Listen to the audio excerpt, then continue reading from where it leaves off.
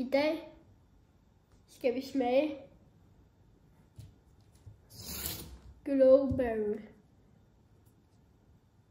Den prime, der kom til Danmark i vinterferien. Men der er 2 versioner. Det her er den varme. Det her er den kolde. Og i den kolde, så det her er en lille fakta om den. Så når den er kold, så er den blå op i toppen, men er åbenbart også lidt lille her. Men når den er varm, så er den her farve, så er den hvid. Og hvis jeg lige gør sådan, så gør den lige hvid. Ja. Men nu skal vi smage den. Og kan den komme på ny førsteplads, vinde over Glowberry, eller er Glowberry stadigvæk den bedste? Det finder vi ud af nu. Lad os starte med den kolde, og altså, den er lige, så den ikke er varm, når jeg skal smage den varm. Og vi skal også smage forskellen.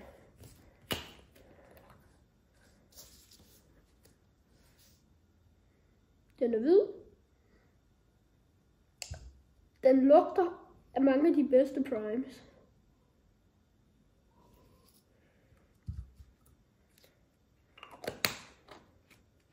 Jeg er klar.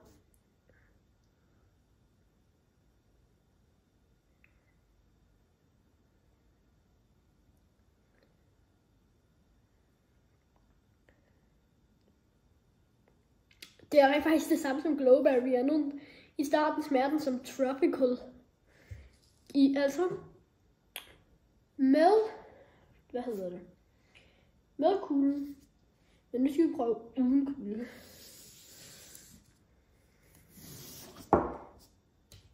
Det her bliver nøjeren. Men den har været ude i meget lang tid, men lad os prøve. Og den her får en 9 ud af 10. Det første fik vi aldrig en 10'er. Jeg kan godt lide, at den minder mig om 2 primes. Og lidt også Ice Pop. Lidt. Og hvis I husker, så kunne jeg godt elske Ice Pop en gang. Så var det min yndlings. Så kom Lemonade, tror jeg. Og så kom Glowberry. Glowberry og Lemonade var meget tæt på hinanden rent faktisk. Så er I klar? Lugter det sammen.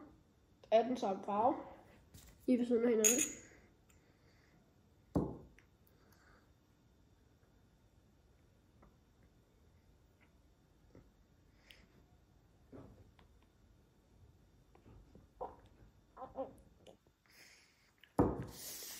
Minus 1 ud af 10. Den er værre tropically varm.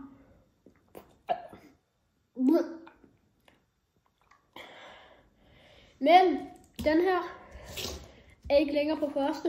Det er den kolde Glowberry. Så kold Glowberry, farvel. Nej, jeg mener kold Cherry Freeze, farvel Glowberry. Det var det.